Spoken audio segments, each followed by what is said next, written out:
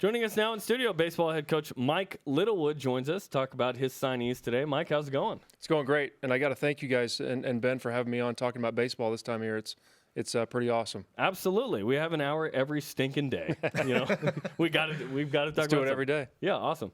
So you signed 5 guys. What do you think of this group that you've signed? It's a great group. Last year we signed 12 or 13 guys, brought in a lot of position players. We could immediately see the impact this fall with athleticism and depth. That was one of our issues the past since we've been here for 3 years. And now these guys are kind of specialty guys. I mean, Pete Nielsen's shortstop and D.C. Clausen, Peyton Henry are catcher, first baseman type guys that are middle of the order hitting guys, and then we have a couple pitchers in Shep Shepard and Matt Favero. Sorry, Shep Shepard? Shep Shepard, yeah. Shepard? This is so coincidental. No offense to any of the other signees, but Shep Shepard is immediately my favorite. Yeah. And his name's Shep Shepard? That's amazing. Yeah. Well, his name's Harold. It goes by Shep. Oh, okay. So it's similar. I mean, Yeah, Jason, Shep. Yeah. And we talked about his high school. It's like the best high school name ever, Dripping Springs. I mean, that just makes you want to go there. And Now, where is Dripping Springs? That's in Texas. Kyle, Texas. Yes, Kyle, okay. Texas. Yep. Gotcha. So okay, let's talk about these guys. You mentioned them just yet again. D.C. Clausen. Does he go by D.C.? he goes by DC. David Clausen spent his freshman sophomore year at Mater Dei High School in Southern California, and then transferred back nearer to his home in Dana Hills. Has a resume similar to Kyle Dean, USA Baseball. I mean, those are the 22 best guys in the country. He's rated as the #1 catcher in California and possibly defensively in the country. Wow. If he hits it well, he's going to be a high draft pick, and so that's our next worry with DC. We want him to make sure that he makes a great decision about what he's going to do that way. I mean, he could potentially be a top 3 rounder, maybe sneak into the first round if he has a great spring. He's that type of a player. Let's talk about the draft for a second before we break down the others. So these guys sign with you. They do have the option if they're drafted to go play, minor league baseball before they enter school. They do, Yeah. and if they enter school, then they have to be 21. That's their next opportunity, or 3 years in college. So none of these guys planning on going on missions right away. Or anything? Not right away. No, they'll come here for 1 year for sure. Gotcha. But Peyton Henry, who's going to be on with us with you guys in a couple minutes. Same, yeah. He's business. He could be a 3, 4, 5 hitter for us for 3 or 4 years. I mean, and he's a draftable guy, high school All-American. I mean, Pete Nielsen, high school All-American type guy. These guys. Pete Nielsen is a 6'3" switch hitting middle infielder that you could put anywhere on the field, and he'd be great. And then couple that with a left-handed, right-handed pitcher. Right now, I think going forward, as we are recruiting sophomores in high school right now and juniors, we're looking, 90% pitching. That's what it's all about. You mentioned Pete Nielsen. He's out of James Madison High School in Virginia. You also picked up another player, left-handed pitcher, Matt Favero. If you don't know the last name, you're probably familiar if you're a BYU baseball fan. You get both of those guys out of Virginia. Yeah, we did. And so Pete and Matt and Nate's on our team right now. Nate's 6'6", 6'7", left-handed hitting corner guy, playing a little bit of first this fall, doing a nice job, just got off his mission. His brother Matt is a left-handed pitcher, and then their cousin Pete is a guy we just talked about. But it's a great baseball family. They've got some younger kids coming up as well, 12, 13, so we're keeping an eye on those guys. And it's just a great baseball family, great family overall, and we're happy to get those guys involved in our program. Nate's going to be battling for a starting spot this spring and doing a great job this fall. Mike Littlewood is on BYU Sports Nation, the baseball head coach, talking about his signees today. So we've mentioned D.C. Clausen. You talked a little bit about Matt Favero, lefty. Always good to get a lefty, 10-0 with an ERA of 0.82. So he's pretty good. And then Pete Nielsen, you mentioned his cousin, recruited by the national champs, Virginia. Always good to take one away from the Cavaliers. Yeah, we were nervous there. It got down to crunch time, and they were Virginia, I believe, was willing to work with the mission thing too, because I think Pete's going to go after his first year, and I believe Matt will as well. But he's just one of those guys, and I explained if I had to describe him in one word, it's just gamer. I've seen him. I've been out to Virginia 3 or 4 times, and Coach Herring's been out there. He gets big hit after big hit. I mean, if put a guy on second with 2 outs with a game on the line, he's going to get a hit. That's the type of guy he is, and so those are those intangibles that we know you can't coach those, and that's what makes him special in that regard. besides just being talented. That's just a bonus for us. And Pete Nielsen sounds like a middle infielder anyways, right? Pete, he could be a catcher, he could be a third baseman, and he could fill in. I mean, he could play short for us his freshman year as well. So, I mean, he's just one of those guys you want on your team because he's so valuable and can go really anywhere. I imagine there's a lot of stories when you're out on the recruiting trail with some of these players, and I don't mean to put you on the spot, but is there anything that stands out about any of these players during their recruiting process?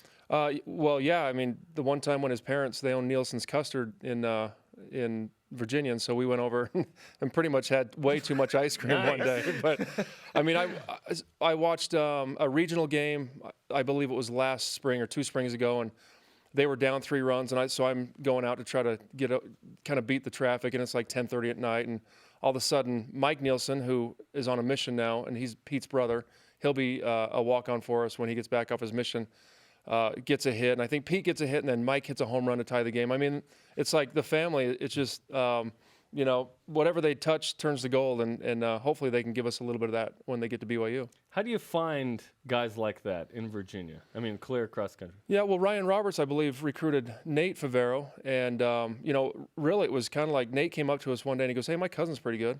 And, I would like to say we did that a lot, though, right? Yeah. And fans email you and whatnot. A lot of we really rely on BYU former players because they know what it takes to play here. They know what level it is.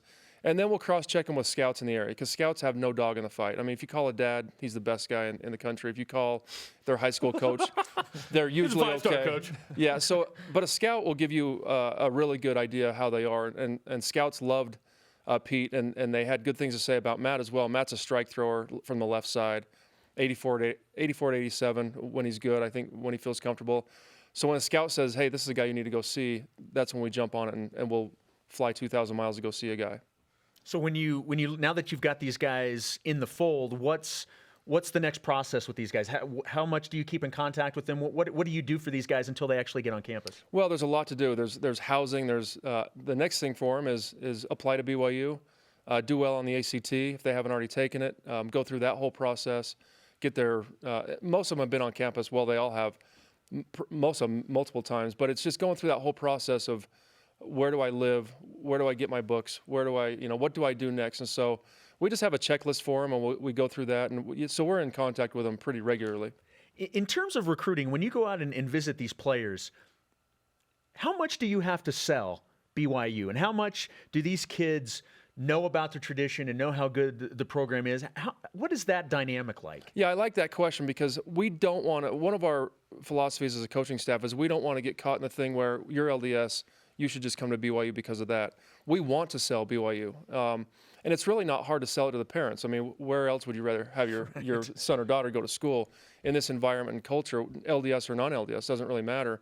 And we find that most parents want them to come here. But we really have to sell the baseball side. I mean, the players we want are being recruited by Virginia. We lost a kid to Arizona State last week that was a heartbreaking day for us. But if we're losing guys to those kind of schools, I guess that's okay. I mean, that's not what we want. But so we have to sell. Arizona State's got a lot to offer. We have to show what we have to offer. Great facilities, commitment to the program, great education, and obviously the culture. So we want to sell BYU. I like that question because that's one of our philosophies. Don't just assume people are going to come here because they're LDS, because eventually they won't.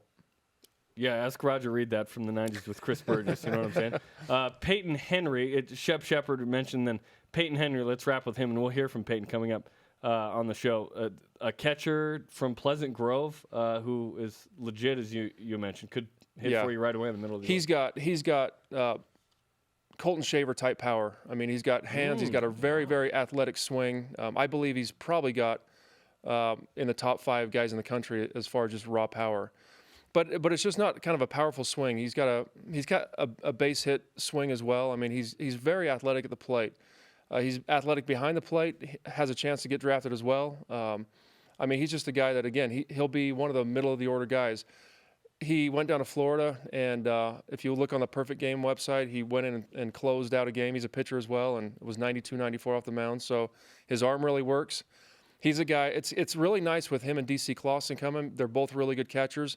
But, one catcher can't catch every single game, so it's nice to put a guy over there at first or DH in one game, put him back in. And And with Trent Pratt, our catching coach, I mean, the sky's the limit. He's the best catching guy in the country, in my opinion, and I think in a lot of other people's opinion. So their catching skills will just be off the charts after they leave here in 3 years. Let's wrap with this. Just summarize fall ball. How many games did you play? How'd you do? What'd you work on? Yeah, we played 3 games. We ended at Dixie and played really well. I love the athleticism. I mean, we've got guys, Danny Jelich and Jackson Clough, I think were 2 of the big surprises for us. Jackson Clough, son of Paul Clough, who I played with here at BYU, came in and just an absolute stud. Will get an opportunity probably to start at third base for us. And Danny Jelich, he's behind Brennan Lund in the outfield. Brennan's probably a top 3, 5-round pick this year. But I would say Danny's the best outfielder I've ever coached. And, he throws it at probably 92 from the outfield, and it's always on line. Great trajectory. I just love how all of our freshmen are pushing all of our older guys, too. You can see a different pace in practice, just the older guys going, hey, I'm here. I'm going to show you how good I am. Instead of, this is my spot, I don't really have to do anything. Yeah. Which has kind of been the case the last couple of years simply because we didn't have any depth. So love the fall. I love what our team has to offer this year. Well, great stuff. Exciting to hear about these 5 signees. We appreciate the time. And Thank you. Not that I am counting, but February 19th, season starts. do it, Just saying. It's right around the corner. It is right around the corner. 4-game series with St. Louis in Las Vegas.